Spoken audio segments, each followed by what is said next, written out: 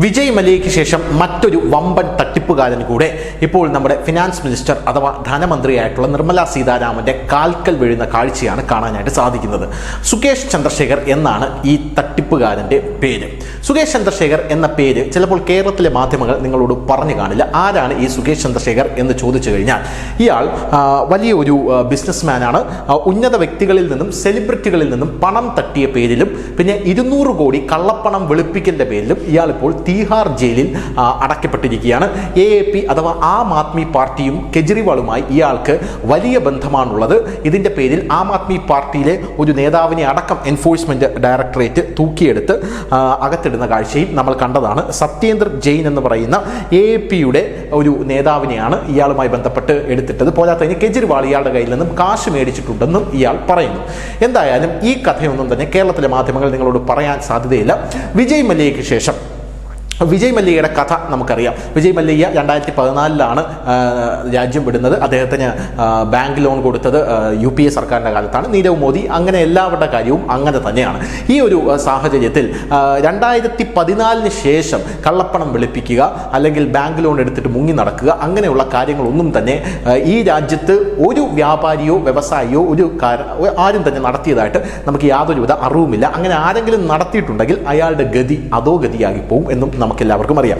എന്തായാലും ഡൽഹി തീഹാർ ജയിലിൽ കഴിയുന്ന ഈ സുകേഷ് ചന്ദ്രശേഖരനെ മഹാതഗ് എന്നാണ് കെജ്രിവാൾ ഒരിക്കൽ വിളിച്ചത്. മഹാതഗ് എന്ന് പറഞ്ഞു കഴിഞ്ഞാൽ വലിയ കള്ളൻ എന്നാണ്. ഞാൻ വലിയ കള്ളനാണെങ്കിൽ കെജ്രിവാൾ കള്ളന് കഞ്ഞി വെച്ചവനാണെന്നാണ് സുകേഷ് പറയുന്നത്.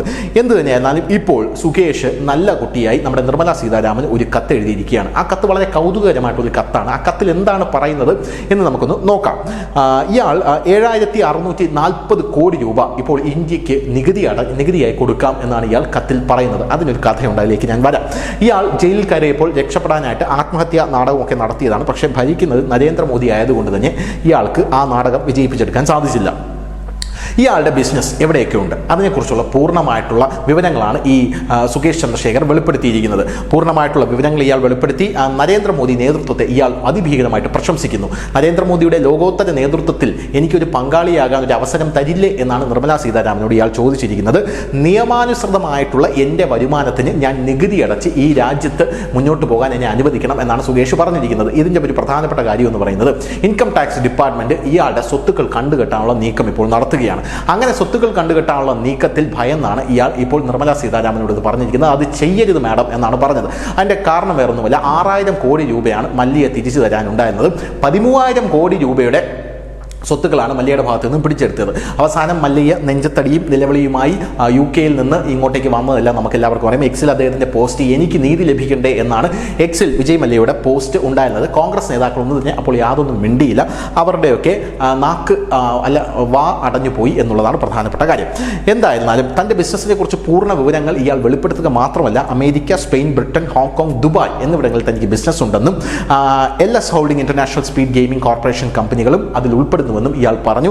പോരാത്തതിന് US-ലും ബ്രിട്ടീഷ് വെർജിൻ ഐലൻഡ്സിലുമാണ് ഇത് രജിസ്റ്റർ ചെയ്തിരിക്കുന്നത് എന്നും ഇയാൾ കത്തിൽ വെളിപ്പെടുത്തിയിട്ടുണ്ട്. ഓൺലൈൻ ഓഫ്ലൈൻ വാതുവയ്പ്പാണ് ഞാൻ നടത്തുന്നത്. പോരാത്തതിന് 2024 2.70 ബില്യൺ എൻ്റെ വരുമാനമാണ്. ഇന്ത്യൻ മണിയിലോട്ട് കൺവേർട്ട് ചെയ്ത് കഴിഞ്ഞാൽ ഏകദേശം 20,000 കോടി രൂപയാണ് എൻ്റെ വരുമാനം എന്നുമാണ് ഇയാൾ പറഞ്ഞിരിക്കുന്നത്. ഈ 20,000 കോടി രൂപയിൽ എനിക്ക് നികുതിയായിട്ട് തരാനുള്ളത് 7,640 കോടിയാണ്. ഈ 7,640 കോടി രൂപ ഞാൻ നികുതിയായിട്ട് തരാം. ദയവ് ചെയ്ത് എൻ്റെ സ്വത്തുക്കൾ കണ്ടുകെട്ടരുത് എന്നാണ് ഇയാൾ പറഞ്ഞിരിക്കുന്നത്. ഇന്ത്യയിൽ പോരാത്തതിന് ഇയാൾ നിർമ്മല സീതാരാമന് മുന്നിൽ നല്ല കുട്ടിയായി പറഞ്ഞിരിക്കുന്ന ഒരു കാര്യം, ഇന്ത്യയിൽ എനിക്ക് നിക്ഷേപിക്കാൻ താല്പര്യമുണ്ട് എന്നല്ല, ഞാൻ നിക്ഷേപിച്ചോളാം എന്നാണ് പറഞ്ഞിരിക്കുന്നത്. ഈ ഇന്ത്യ മഹാരാജ്യത്ത് നിക്ഷേപിച്ച് ഇവിടെയുള്ള ജനങ്ങളെ സേവിക്കാൻ എനിക്കൊരു അവസരം തരൂ മാഡം എന്ന് ഇയാൾ പറയുന്നുണ്ട്. വരുമാനം ഞാൻ ഇവിടെ നിക്ഷേപിക്കാം. ഇവിടുത്തെ വരുമാനം മാത്രമല്ല, എനിക്ക് പുറത്ത്, അതായത് വിദേശത്തും നികുതി അടയ്ക്കാനുണ്ട്. വിദേശത്തു നിന്ന് ഞാൻ സമ്പാദിച്ച പൈസയും ഞാനൊരു ഇന്ത്യൻ സിറ്റിസൺ എന്ന നിലയിൽ അതിൻ്റെ നികുതി കൂടെ ഞാൻ ഇവിടെ അടയ്ക്കാൻ തയ്യാറാണ് എന്നും സുകേഷ് ചന്ദ്രശേഖരൻ പറയുന്നു. പോരാത്തതിന് ഇന്നു മുതൽ ഞാൻ അഭിമാനിയായ ഇന്ത്യക്കാരനാണ് എന്ന് നല്ല കുട്ടിയായി നിർമ്മല സീതാരാമൻ്റെ കാൽക്കൽ വീഴുകൊണ്ട് ഇയാൾ പറയുന്നുണ്ട്. മോദിയുടെ നേതൃത്വത്തിലുള്ള ലോകോത്തര വികസനത്തിൽ എനിക്ക് പങ്കാളിയാകാനൊരു ചാൻസ് തരില്ലേ മാഡം എന്നാണ് ഈ സുകേഷ് ചന്ദ്രശേഖർ നിർമ്മല സീതാരാമനോട് ചോദിച്ചിരിക്കുന്നത്. എന്ത് തന്നെയായിരുന്നാലും 2014 ശേഷം കള്ളപ്പണം വെളുപ്പിക്കുക എന്ന് ചിന്തിക്കുന്ന ആൾക്കാർ പോലും ജയിലിലേക്ക് പോകുന്നൊരു കാഴ്ചയാണ് നമുക്ക് കാണാനായിട്ട് സാധിക്കുന്നത്. കൃത്യമായിട്ടുള്ള മോണിറ്ററിംഗ് എല്ലാ വിഭാഗത്തിലും ഉണ്ടാകുന്നുണ്ട്. അതുകൊണ്ട് തന്നെ സകല ആൾക്കാരും പിടിക്കപ്പെടുന്ന ഒരു കാഴ്ചയാണ് കാണാനായിട്ട് സാധിച്ചിരിക്കുന്നത്. ഈ കെജ്രിവാളുമായി ഇയാൾക്ക് ഉണ്ട ബന്ധമെന്ന് പറഞ്ഞാൽ, ഇയാൾ ഉന്നയിച്ചിരിക്കുന്ന ഒരു കാര്യമെന്ന് പറഞ്ഞാൽ, ഡൽഹി മുഖ്യമന്ത്രി കെജ്രിവാളിനെതിരെ ഇയാൾ പറഞ്ഞിരിക്കുന്നത് സീറ്റ് കൈമാറ്റത്തിനായി പാർട്ടിക്ക് 500 കോടി സംഭാവന നൽകാൻ കെജ്രിവാൾ പറഞ്ഞു എന്നാണ്. 20-30 പേരെ കൊണ്ടുവരാൻ AAP മേധാവി നിർബന്ധിച്ചതായും അദ്ദേഹം പറയുന്നുണ്ട്. അങ്ങനെ ആം ആദ്മി പാർട്ടിയുടെ ഒരു തലതൊട്ടപ്പനായി കൂടെ വളരാനായിട്ടാണ് സുകേഷ് ശ്രമിച്ചത്. ഒരു ബിസിനസ്മാനാണ്, അങ്ങനെയുള്ള ഒരു മനുഷ്യനാണ് ഇപ്പോൾ കൊതുകടിയുമേറ്റ് ജയിലിൽ കിടക്കുന്നത് ഈ നരേന്ദ്രമോദിയുടെ കാലത്ത്. എന്തു തന്നെയായിരുന്നാലും 2014 ശേഷം ഇന്ത്യയിൽ കള്ളപ്പണം വെളുപ്പിക്കുക, ടാക്സ് വെട്ടിക്കുക, അങ്ങനെയുള്ള കാര്യങ്ങൾക്കെല്ലാം തന്നെ പൂർണ്ണമായും പൂട്ട് വീണിട്ടുണ്ട് എന്നുള്ളതിൻ്റെ ക്ലാസിക് ഉദാഹരണമാണ് ഈ സുകേഷ് ചന്ദ്രശേഖറിൻ്റെ കഥ. News desk, news India Malayalam.